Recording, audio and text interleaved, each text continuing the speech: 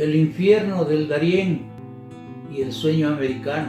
El Darién es una región selvática y pantanosa ubicada en la frontera entre Colombia y Panamá. Se le conoce como tapón porque interrumpe la que es considerada como la carretera más larga del mundo, la ruta panamericana. Atravesarla supone caminar un poco más de 100 kilómetros entre el noreste de Colombia y el suroeste de Panamá. Hoy, más que nunca, una ruta de migrantes ilegales del Caribe, Sudamérica, Europa, África, Asia, incluido Ecuador, que aspiran a llegar hasta países del norte como Estados Unidos y Canadá.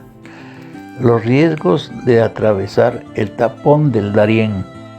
Primero, las mafias. Hay bandas dedicadas al narcotráfico, otras al contrabando y existen guerrilleros y paramilitares. Estos grupos suelen robar las pertenencias y la comida de los migrantes. 2. Enfermedades y lesiones. Contraer enfermedades en el Darién puede ser una sentencia de muerte a kilómetros de distancia de centros asistenciales y poblados. Las picaduras de mosquitos o insectos capaces de transmitir enfermedades como la malaria o el dengue son un riesgo latente. 3. Los animales. Centenares de especies de animales e insectos habitan la selva del Darién. Ambientalistas y testigos reportan la existencia de serpientes, alacranes, jaguares, pumas, tigrillos o cerdos salvajes, zorros y perros de monte. Hay arañas de hasta 20 centímetros de tamaño, etcétera, etcétera. 4. La violencia sexual. Entre 10 y 15% de los migrantes que atraviesan el tapón del Darién sufre violencia sexual en ese recorrido, según la Cruz Roja de Panamá. La organización Médicos Sin Fronteras han documentado hasta 4.000 casos de abusos sexuales contra migrantes en el Darién desde abril del 2021. 5. Los ríos. Son al menos 4 ríos que complican el tránsito de personas en esas decenas de kilómetros entre Colombia y Panamá en el Darién. Los migrantes suelen cruzarlos a pie o aferrados a una soga con toda su familia. Hay un cruce que es tan peligroso y donde han fallecido miles de personas que los migrantes y guías lo bautizaron el río de la muerte. 6. Los guías. Sobran los testimonios de migrantes que contratan a guías que conocen las vías para transitar y llegar hasta la frontera panameña.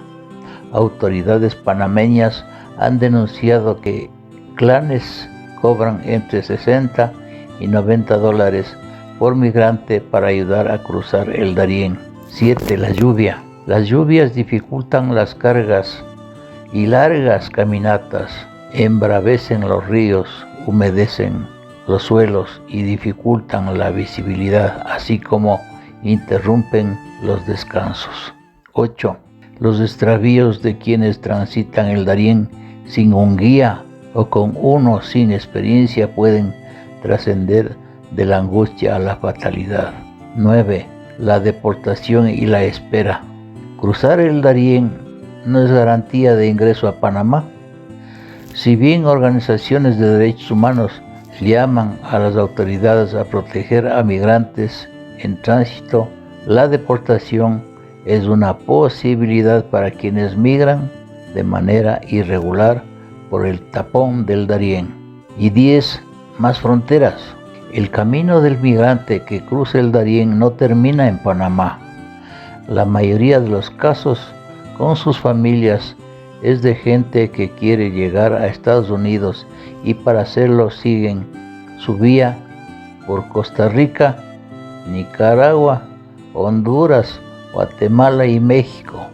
Esa exigencia los lleva a buscar vías ilegales a manos de coyotes o traficantes de personas Esa nueva frontera significa atravesar el desierto de Sonora, México, o el río Bravo, en Tamaulipas. Allí hay riesgo de abusos sexuales, robos, violencia, trata de personas e incluso la negación de asilo por el gobierno de Estados Unidos buscando el sueño americano. Latinoamérica no tiene políticas migratorias. En mi opinión, las condiciones adversas en el ámbito político, económico, social y cultural de las crisis económicas y desempleo e inseguridad ciudadana de estos países, incluidos miles de ecuatorianos unidas a la búsqueda de un futuro mejor, siempre han estado detrás